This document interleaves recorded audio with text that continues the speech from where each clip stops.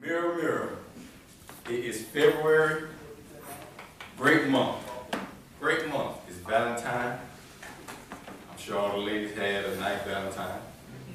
It's Black History Month, time of celebration. But there's also a big event that happens for thousands of young athletes in February. It's National Signing Day. Man, that's a great day. Thousands of football players, seniors, choosing what college they want to go to. They signed their national letters of intent.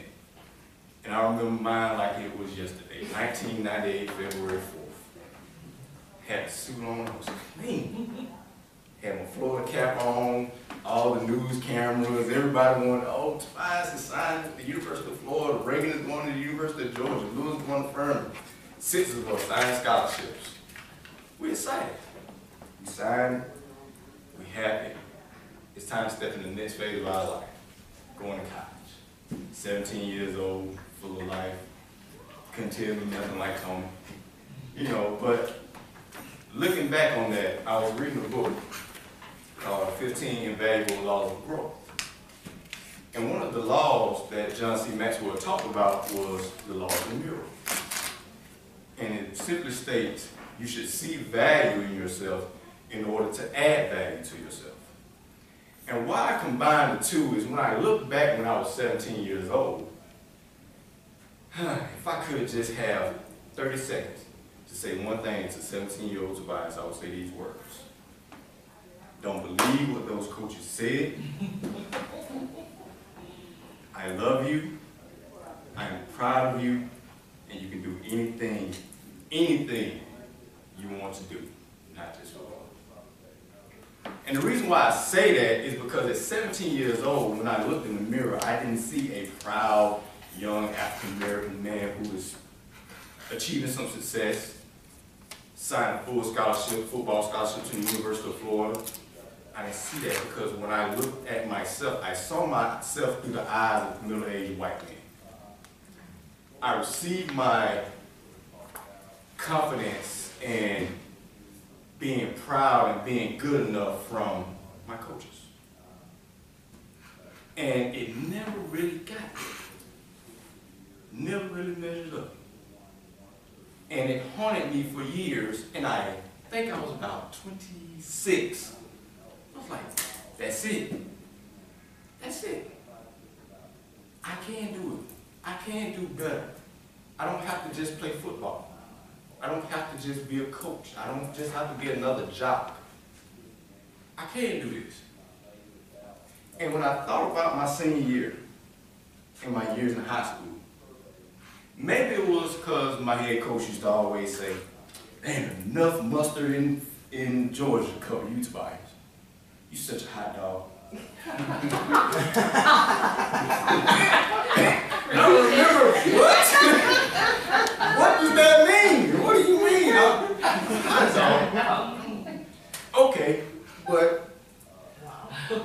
I'll be that. I'm a hot dog. Maybe I'm beige. It's my color. I don't know.